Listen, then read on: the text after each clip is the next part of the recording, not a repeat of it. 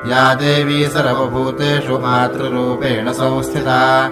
नमस्तस्यै नमस्तस्यै नमस्तस्यै नमो नमः।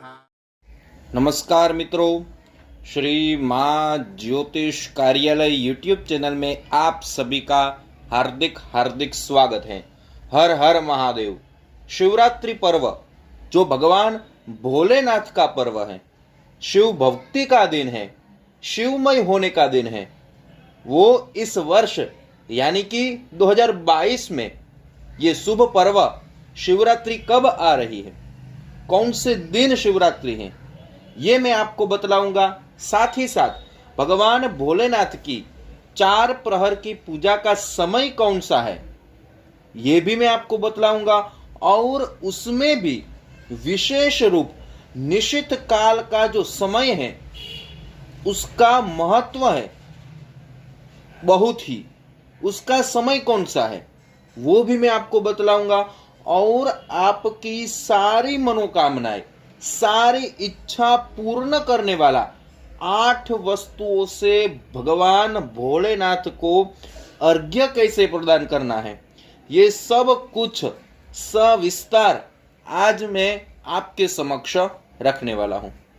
दोस्तों, भगवान भोलेनाथ देवों के देव महादेव, जो केवल एक जल का लोटा चढ़ाने से और सच्चे मन से प्रार्थना करने से हमारी सब मनोकामना पूर्ण करते हैं, उस महादेव को, महाकाल को, विश्वनाथ को शिवरात्रि के दिन जो मैं अर्घ्य प्रदान करने की बात कर रहा हूं, वो अर्घ्य 11 बार भगवान को प्रदान करने से वो आपकी सारी मनोकामनाएं, सारी इच्छाएं अवश्य पूर्ण करेंगे। दोस्तों, इस वर्ष शिवरात्रि 1 मार्च 2022 के दिन आ रही है। अलग अलग पंचांगों में अलग अलग दिया गया है, लेकिन आपके प्रदेश में जो भी शिवरात्रि महोत्सव मनाते हैं उस ही दिन आपको शिवरात्रि महोत्सव मनाना चाहिए। लेकिन 1 मार्च 2022 के दिन शिवरात्रि इस वर्ष आ रही है और आपको 4 प्रहर की पूजा कब करनी है वो भी दोस्तों आप जान लीजिए। तो दोस्तों, सबसे पहला प्रहर जिसकी पूजा का समय है 6:40 से, और फिर उसके बाद दूसरे प्रहर की पूजा का समय है वो रात को 9:40 से प्रारंभ होता है। तीसरा प्रहर 12:51 से प्रारंभ होगा और चतुर्थ प्रहर 3:55 से ये प्रहर प्रारंभ होगा। दोस्तों, ये 4 प्रहर का पूजा का समय मैंने आपके समक्ष रखा है, ये मैंने आपको बतलाया है। इस समय में आप भगवान की बड़ी ही मन से पूजा अवश्य करें। यदि आप करवा सके तो पंडित जी को बुला करके रुद्राष्टाध्यायी से अभिषेक अवश्य करें। भगवान पंचवक्त्र की पूजा करें, इसको पंचवक्त्र पूजा भी कहते हैं। और दोस्तों, मैं जो निश्चित काल की बात कर रहा था, वो निश्चित काल का समय कौन सा है जिस समय में आप भगवान को 11 बार अर्घ्य प्रदान करेंगे तो वो आपकी सारी मनोकामनाएं पूर्ण करेंगे, जिसका बड़ा ही शास्त्र में महत्व दिया गया है। यदि आप इस प्रहरों में या निश्चित काल में भगवान को ये 11 बार 8 चीज वस्तुओं से अर्घ्य प्रदान करेंगे तो आपको भगवान रुद्रलोक की प्राप्ति होगी, भगवान शिव की प्राप्ति होगी। दोस्तों, बड़ा ही महत्व दिया गया है शास्त्र में इसका।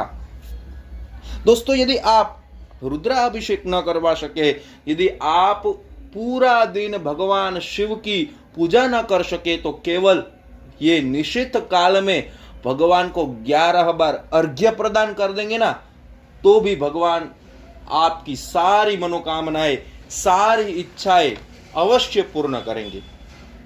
तो दोस्तों, ये निश्चित काल का समय है रात को 12:26 से ये समय प्रारंभ होता है और 1:15 तक ये समय रहेगा। इस समय में आपको भगवान की पूजा अवश्य ही करनी चाहिए। इस समय में आप बड़ी ही श्रद्धा से, विश्वास से और भावपूर्ण पूजा करेंगे भगवान की, तो आपको आपकी जो भी मनोकामना है, सारी इच्छाएं हैं, वो भगवान अवश्य से ही पूर्ण करेंगे।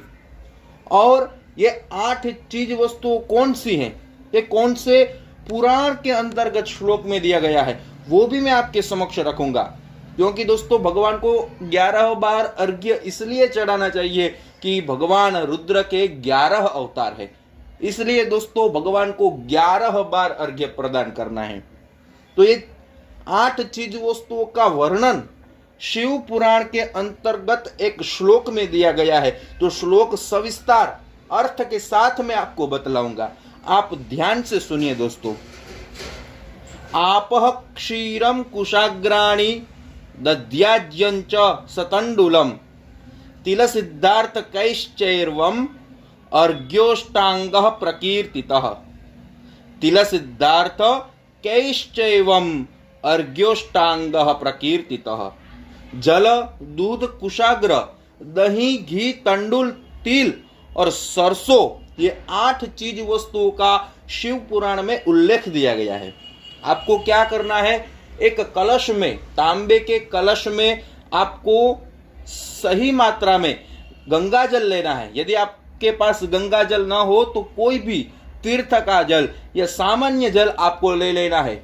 उसमें आपको दूध मिश्रित करना है, उसमें आपको कुश मिश्रित करना है, उसमें आपको दही मिश्रित करना है, उसमें आपको घी मिश्रित करना है, उसमें आपको तंडुल यानी कि चावल मिश्रित करने हैं, और उसमें आपको सफेद तिल मिश्रित करने हैं, और पीली सरसों भी आपको उसमें मिश्रित करनी है। ये 8 चीज वस्तुएं उस कलश में आपको मिश्रित करनी है। ये मिश्रित करके आपको भगवान सांब सदाशिव के ऊपर 11 बार अर्घ्य प्रदान करना है। दोस्तों ध्यान से सुनिए, 11 बार। और अर्घ्य प्रदान करते समय आपको निवेदयामी, क्या बोलना है, निवेदयामी, इस शब्द का प्रयोग करना है अर्घ्य प्रदान करते समय। और साथ ही साथ यदि आप करा सके तो आपको रुद्राभिषेक करते समय भी ये 11 अर्घ्य प्रदान करने चाहिए। यदि आप रुद्राभिषेक न करा सके तो अपने आप से रुद्राभिषेक कीजिए, जैसे भी आपको आता हो, मन से, श्रद्धा से आप अभिषेक कीजिए और 11 बार भगवान को अर्घ्य प्रदान कीजिए। सच्चे मन से जो भी हम प्रार्थना करते हैं ना, भगवान हमारी सुनते ही हैं, जरूर सुनते हैं। और ये तो भोलेनाथ है, महादेव हैं, ये आपकी मनोकामना अवश्य पूर्ण करेंगे। शिवरात्रि का पर्व बहुत ही महत्वपूर्ण पर्व है, शिवमय होने का दिन है, शिव भक्ति करने का दिन है। तो दोस्तों यदि आपको महिम्न स्तोत्र का पाठ आता हो तो उससे भी आप भगवान की पूजा कर सकते हैं, भगवान का अभिषेक कर सकते हैं। यदि आपको वो भी ना आता हो तो ओम त्र्यंबकं यजामहे सुगंधिं पुष्टिवर्धनम् उर्वारुकमिव बन्धनान् मृत्योर्मुक्षीयमामृतात्, इस मंत्र से भी आप भगवान को अभिषेक कर सकते हैं, अर्घ्य प्रदान कर सकते हैं। यदि ये भी न आता हो तो आप ओम मृत्युंजय महादेव त्राहि मां शरणागतम जन्म मृत्यु जरा व्याधि पीड़ितम कर्म बंधनैहि, इस श्लोक से भी भगवान का अभिषेक कर सकते हैं, अर्घ्य प्रदान कर सकते हैं। यदि आपको ये भी ना आता हो तो ओम नमः शिवाय, ओम नमः शिवाय, इस मंत्र का जाप करते हुए आपको भगवान के ऊपर अभिषेक करना है, भगवान के ऊपर अर्घ्य प्रदान करना है। दोस्तों ये निश्चित काल में आप भगवान को सच्चे मन से अर्घ्य प्रदान करेंगे, भगवान की पूजा करेंगे तो आपको अवश्य से रुद्र लोक की प्राप्ति होगी। दोस्तों ऐसा मैं नहीं कह रहा हूं, शास्त्र कह रहे हैं, शिव पुराण कह रहा है कि आपको रुद्र लोक की प्राप्ति होगी। आपकी सारी मनोकामनाएं भगवान भोलेनाथ अवश्य पूर्ण करेंगे। और दोस्तों यदि आप 4 प्रहर में भी करना चाहे ये अर्घ्य प्रदान अलग अलग, तो भी आप अवश्य से कर सकते हैं। दोस्तों इस शिवरात्रि के दिन आपकी सारी मनोकामनाएं पूर्ण हो, आपकी सारी इच्छाएं पूर्ण हो ऐसी में सहृदय से भगवान शिव के चरणों में प्रार्थना करता हूं और आपको शिवरात्रि की ढेर सारी मेरी ओर से शुभकामनाएं प्रदान करता हूं। दोस्तों, यदि ये वीडियो आपको पसंद आए तो जरूर से लाइक का बटन दबा दीजिए। ये वीडियो अपने फ्रेंड सर्कल में ज्यादा से ज्यादा शेयर कीजिए और बेल का आइकन अभी तक नहीं दबाया है तो जरूर से दबा दीजिए। सब्सक्राइब नहीं किया है मेरे चैनल को जरूर सब्सक्राइब कर दीजिए। दोस्तों, आप जो हमें प्यार दे रहे हैं उसके लिए बहुत बहुत धन्यवाद। YouTube के माध्यम से हमारी फिर से मुलाकात होगी। जय श्री कृष्णा, जय भगवती।